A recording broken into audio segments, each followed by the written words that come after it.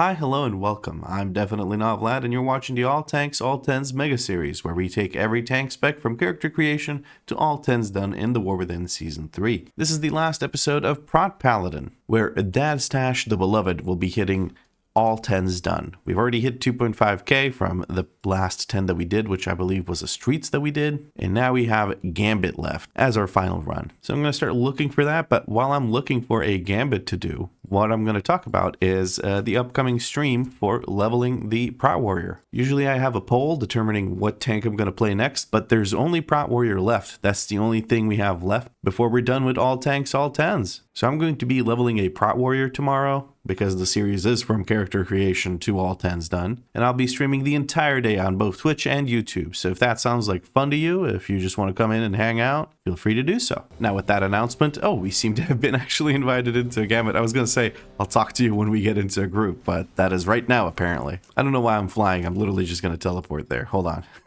And we have a full group ready. Hell yeah. This is going to be a quick one. Not as many groups as usual available right now because it is 9:43 a.m. as I record this. 8:43 a.m. a server time, I believe. We just check that real quick. Yeah, 8:43. Oh, okay. No pull timer, no nothing. Okay. Not sure how I feel about that. Hold on. Here we go. We've got everything ready here. We're going to mount up, jump down, hit these guys, and we're going to look to Judgment this. Consecration here, Judgment again here, Shield Slam. We're going to Divine Toll. That's going to hit these guys as well as this group over here. We're going to look to interrupt as many of these Fishmancers as possible. I'm going to go ahead and use Wings now. Shore Runners here. I did manage to get aggro on it. We absolutely blew up all the little shore Runners, trying to make sure I interrupt the Shell Crusher because he's going to buff up all the other Murlocs, and we don't want that. Somebody accidentally hit the Goliath with an interrupt. By somebody, I mean the the DK. You can see the animation that the DK has for interrupts. All right, and I didn't use a single Holy Armament. That is a little bit silly on my part, but oh well. We're gonna go ahead and hit as many here as we can. I'm gonna have to shield slam them because my thingy didn't actually reach them. All right, by thingy I mean my Avenger shield. All right, I'm getting a Healy bubble here, a shame bubble as some tanks and players refer to it as the Chi Cocoon, but or not Chi Cocoon, sorry, Life Cocoon. Chi Cocoon is what GG puts on people. Anyway, I don't think it's a shame bubble. I think it's here, let me help you out while you gather kind of bubble. And I really appreciate it. It's just a healer making sure that you don't have any issues while you're trying to get your thing done. And by your thing done, I mean get your mobs grouped and whatnot. We do need to kill the emissary here before it pops and buffs up all these low HP mobs. Would be really annoying if that happened. There we go. We get it done. And we get a nice little buff here for the next group. Into Judgment here, put down a Consecration. Wings and Eye of Tyr will protect me for right now. We have Shore Runners coming through. We're going to hit them with probably a Divine Toll. I'm going to send out the Divine Toll here while I have Wings and everything. And actually, I'm forgetting that I can use...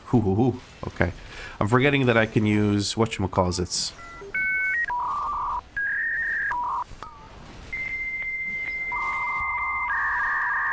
Blessed Hammer a bit more than I have been. Okay, that took me forever. My brain literally just stopped cooperating there for a second. I'm really hoping these mobs don't reach their intended target, which is those over there. And let's focus on the Scale Binders. The Scale Binders, if we can kill the Scale Binders, we don't have to kill the Fish Sticks themselves. If we could just focus the Scale Binders now, that would take out the close nearby Fish Stick got taken out. That's perfect. That worked out quite well. Okay, no extra pulls from the Murlocs. I love that. We're going to pull these Murlocs over here. Oh, DK, I'm sorry, DK. Give me a second, DK. I'm so sorry, DK. I'm sorry, buddy. Hold on.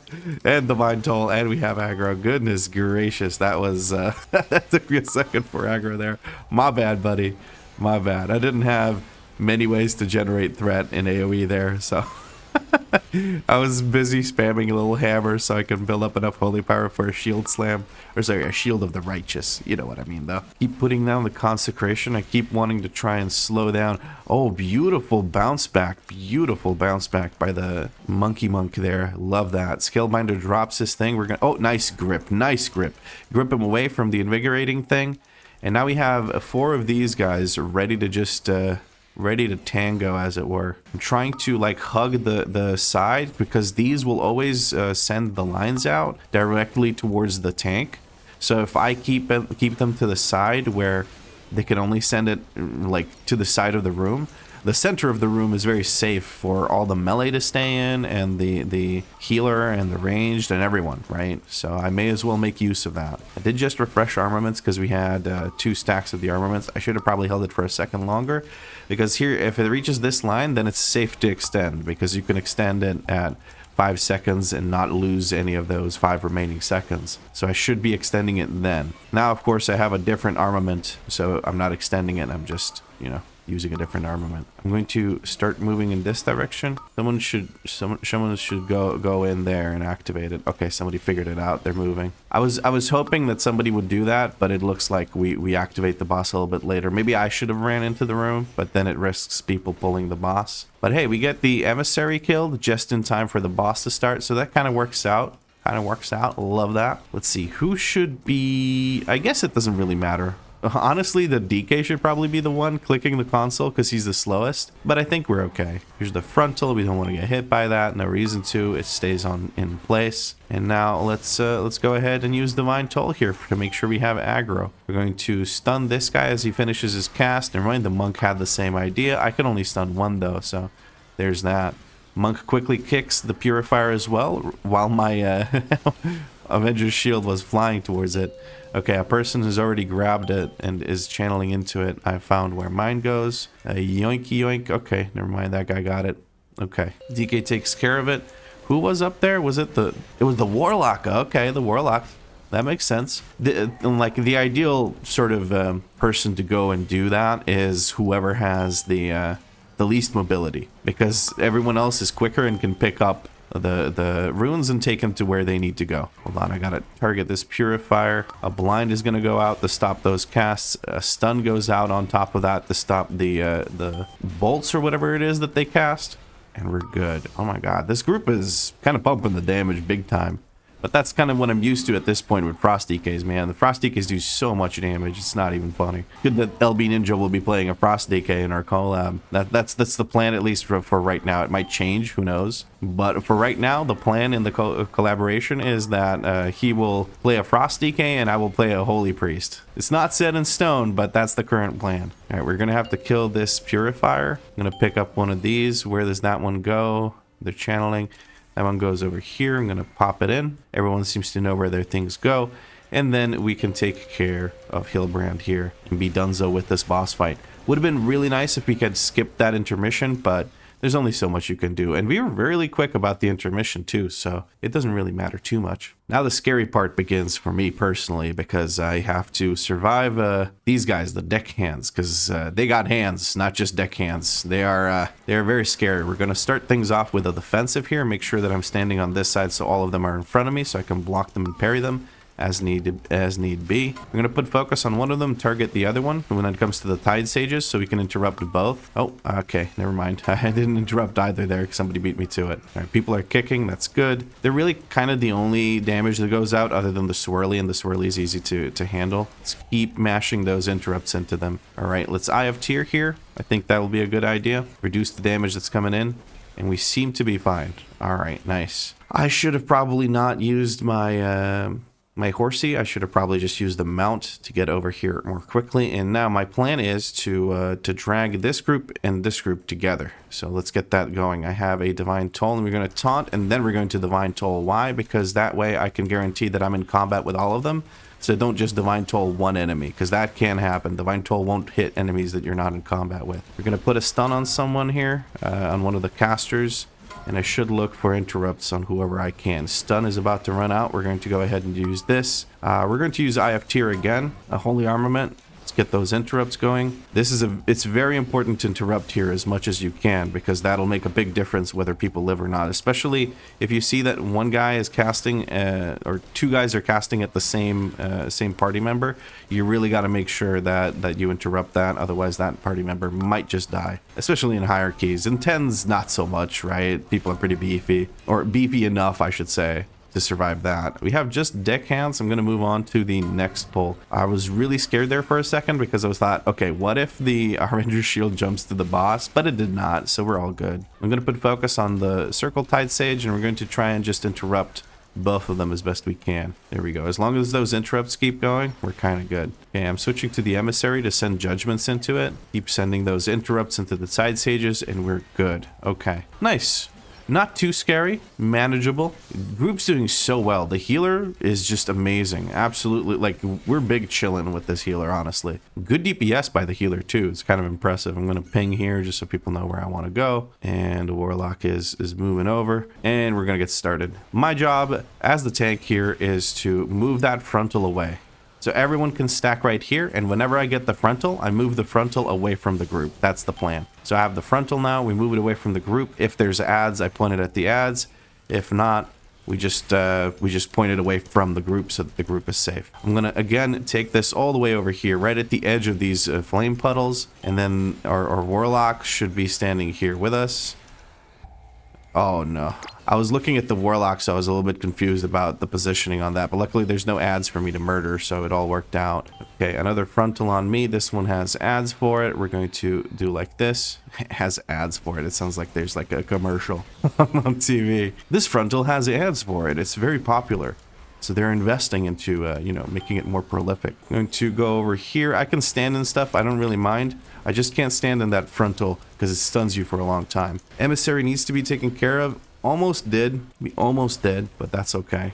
I'm kind of scatterbrained and I'm not really taking good care of these frontals, but I think this is a good position. It should take care of all of them. All right, nice. People are very scattered all around. The Warlock is in horrifically bad positions, if I'm going to be honest with you. Instead of stacking with us, it always stands like over here in the middle central area, which so far hasn't bit us in the ass, but it's whatever. There, the Warlock pays the price.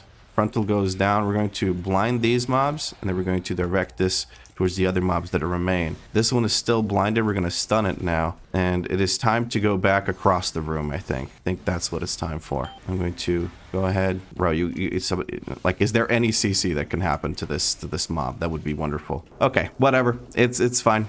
It's a bit of a cluster. We're moving back to the corner zone. Frontal is on this person for some reason. Did they have aggro? I think they had aggro because of my dumbass being in bubble and not being close enough to the boss because I was trying to move him over. All right, we're going to double defensive here, and we're going to look for, I don't even know what, man. Look for the best in people. We're going to stun this brute that's beating the shit out of a Warlock. We're going to finish off the boss. And that was a shit show, honestly. I thought we could do a little bit better than that. My B, I guess. I don't know. Okay, whatever.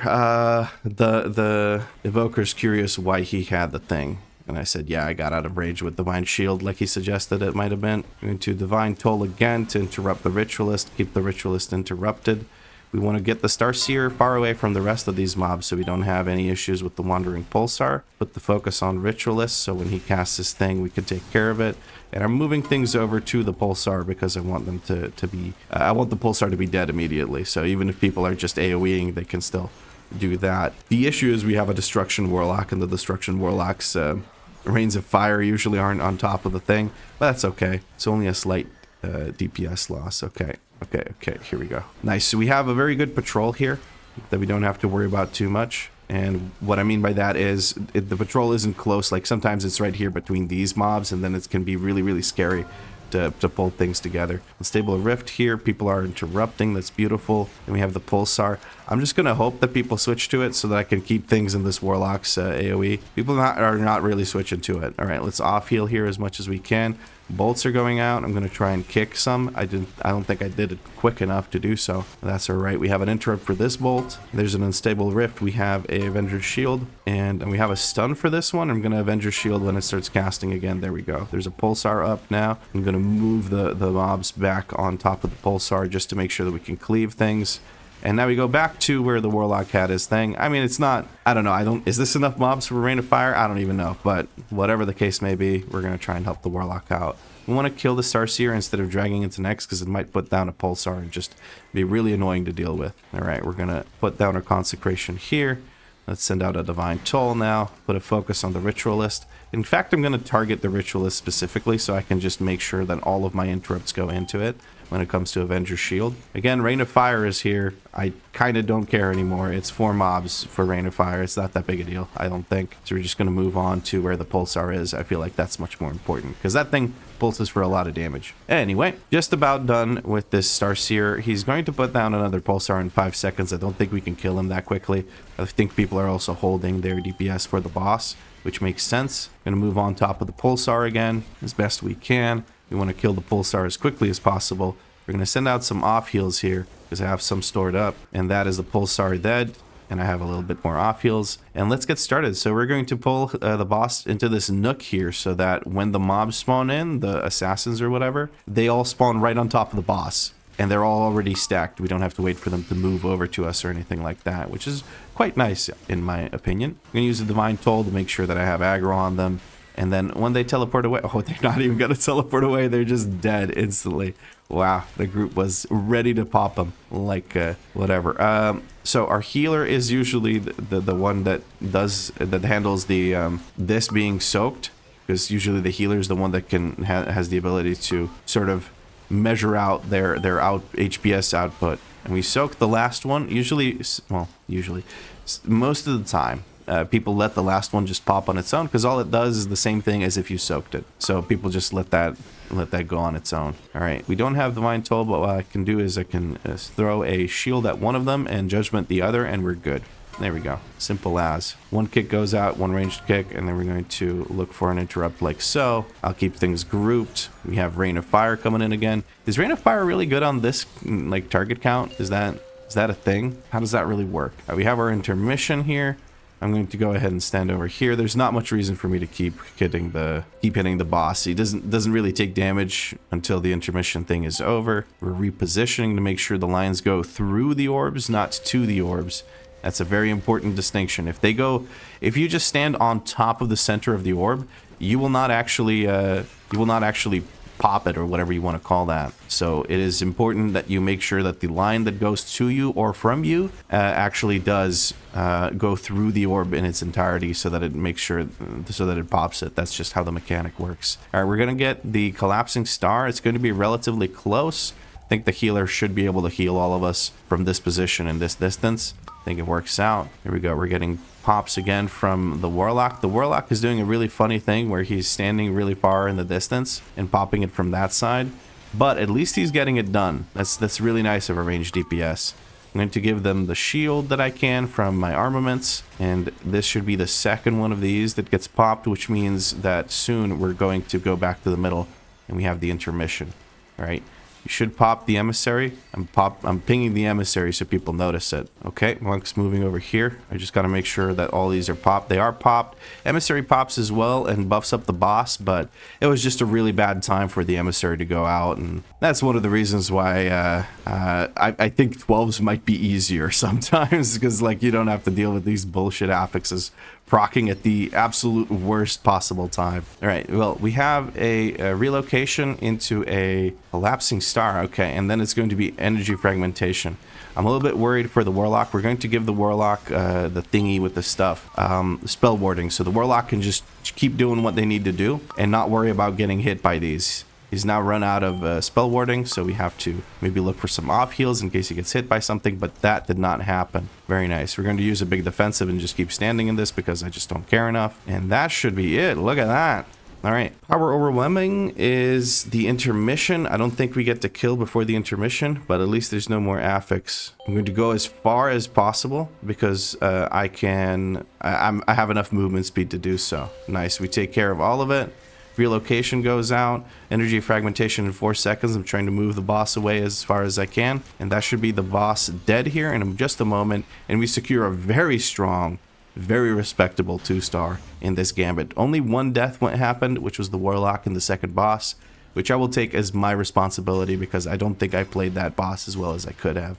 I got a little distracted by my commentary and I shouldn't have. But we get no loot. But maybe the loot was the series we finished along the way. I'm gonna hit the group with a shill message. See you around. And we're gonna leave the party. There we go. What a run. This is gonna be such a short episode. Holy shit. We too started with so much time remaining. A 20-minute and 39-second Gambit. I mean, that's kind of crazy. We had 9 minutes and 21 seconds left. We could have wiped 3 times on that last boss and still timed it, I feel like. Goodness gracious. I don't know what to do with right now. I feel like this isn't... Is this a good idea to let out a short episode? I don't know, man. I guess let's see what we could do. We have a bunch of Gilded Ethereal Crests, but I don't know if I want to spend a bunch of gold recrafting my weapon and offhand. I could. It would be nice. It would be 16 item levels times 2, going from 704 to 720. And it would probably get me 2 item levels, so I would be 705. But do I really need to? I'm probably not playing Dad Stash. If I play a Prot Paladin, I'll probably take my main character, like Tazavesh or something. So I don't really know. Maybe I'll just do some upgrades. Let's see. Let's upgrade as many items as much as we can. We have a lot of hero pieces, luckily, because of are you kidding me? I don't have Rune Crest to upgrade these heroes. That's silly. Whatever. Let's just keep upgrading whatever we can upgrade, and that's what matters. Yeah, I don't have enough. I think I'm now out of... Yeah, I have Gilded Ethereal Crests, but I don't have Runed Crests, and I would have to go farm Runed Crests before I could upgrade this with the last few gilded. But at 704 item level, I feel like we're fine. I could have done this a little bit before. Oh, no, never mind. We have the necklace. Let's upgrade this. Maybe I'm 705 now? Does that give me 705? Yes, it does. There we go. 705 is usually what we seem to end at when we finish this series, or a part of the mega series. When we finish a character for the mega series, that's how we'll say it. Boosted Pala, at least this one wears it on his sleeve. But yes, friends, I can't think of anything else to really do on this character other than maybe hunt down these last 2 runs to get 2 stars and everything. But I don't think that's necessary. I think Dad Stash has served his purpose and showed us a little bit of Prot Paladin action for the all tanks, all 10s mega series. Now, like I said at the beginning of the video, there's only one tank that remains, and that is Prot Warrior. Since this series is from character creation to all 10s done, I'll be leveling a new Prot Warrior for this, and that'll be happening tomorrow during a whole day stream. So if you want to tune into that, check me out on Twitch, or even just watch here on YouTube, whichever you prefer. But that's pretty much it for this episode. If you enjoyed it, drop a like, make sure you subscribe, because there's a what? There's the Prot Warrior coming. If you made it to this point of the video, include the word rain in your comment, because that rain of fire at the end was kind of confusing me. If you do include the word rain in your comment, I'll make sure to heart it when I see it. But as always, friends, thank you very much for watching, and I'll catch you on the Prot Warrior.